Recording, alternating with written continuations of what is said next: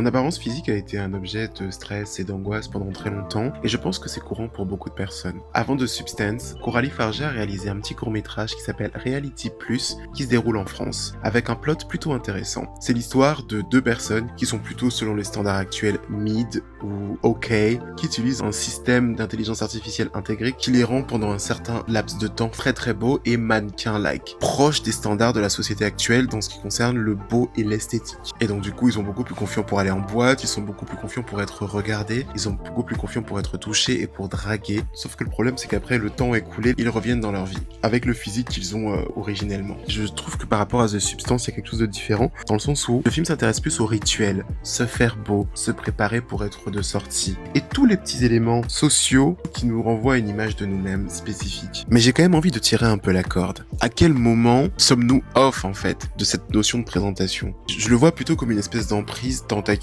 sur la façon dont on se présente, cette espèce de chape de plomb qu'on a sur ce qu'on renvoie physiquement, quel que soit l'enjeu. Et voilà, j'ai trouvé ça plutôt cool. Et un bon élément de réflexion. Alors évidemment, j'aimerais comme beaucoup arriver à me détacher des notions de présentation de moi-même, mais je suis content que des réalisateurs s'intéressent de cette manière à cette question. Et je suis très curieux de voir la prochaine œuvre de Madame Farja.